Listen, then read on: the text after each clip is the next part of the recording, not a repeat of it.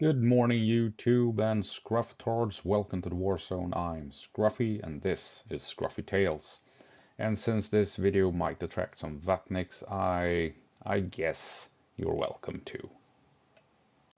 Because in this video, I think we will take a look at how Russia will reach Pokrovsk.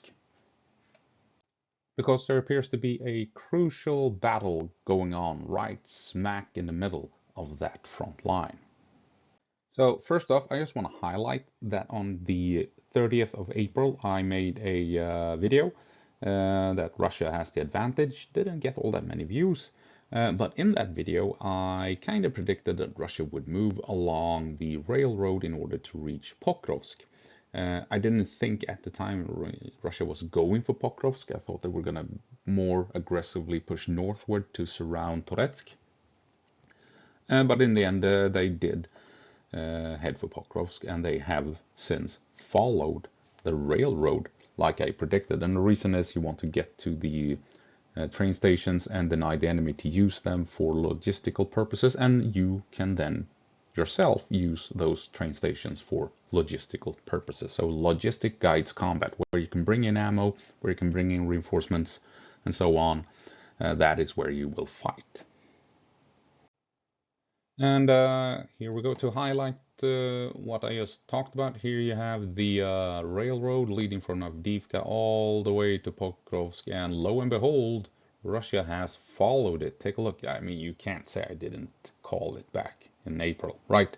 They are moving along the railroad. They want each railroad station in turn to deny Ukraine to bring in reinforcements to the front, and now Russia can utilize these railroad stations if they're intact, that is, for their own purposes.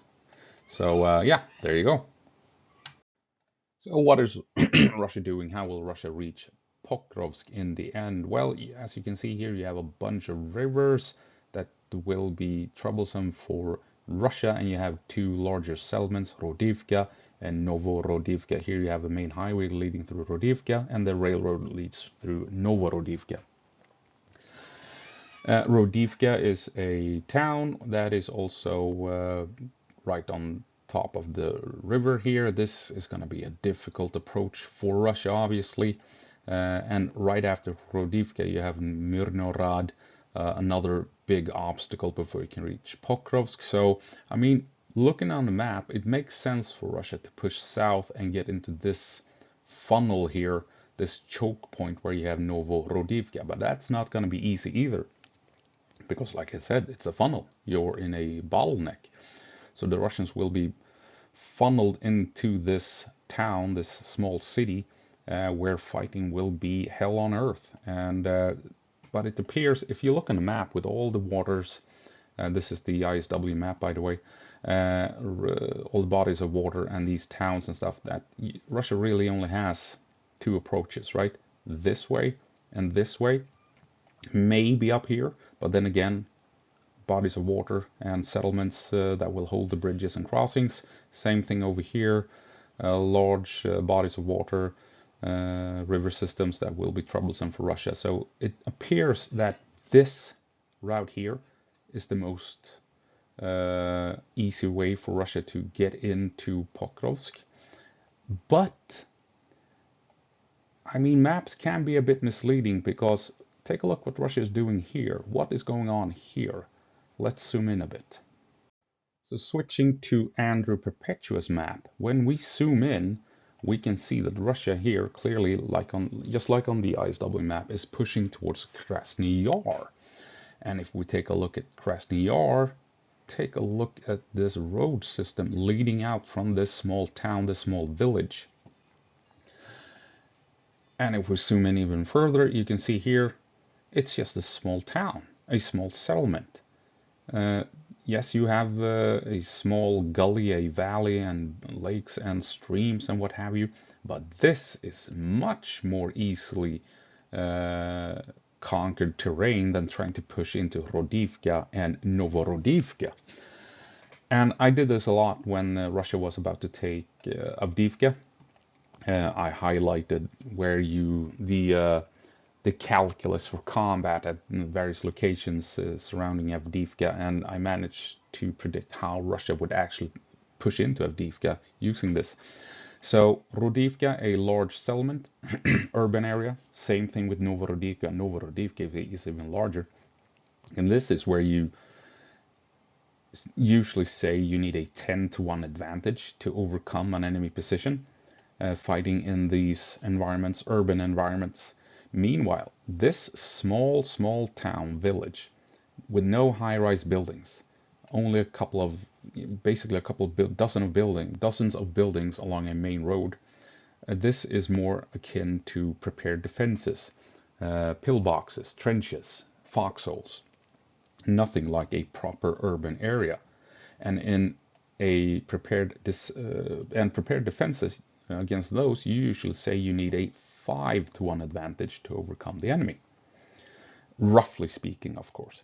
So why would Russia fight where they need 10-to-1 to overcome the enemy when they can fight where they only need a 5-to-1 advantage, get a hold and control this road system, this junction, and that will allow them to spread out behind Ukrainian lines and cut off these difficult obstacles, Novorodivka and Rodivka.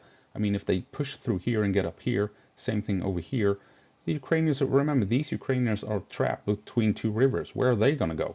Same thing with Rodivka. If they push up here, Rodivka is in real trouble. This is where the real battle for Pokrovsk is right now. Not Novorodivka, not Rodivka.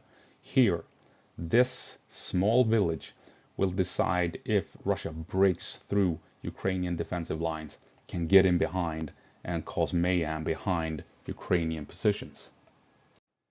So, previous map I showed you arrows going this way and up here.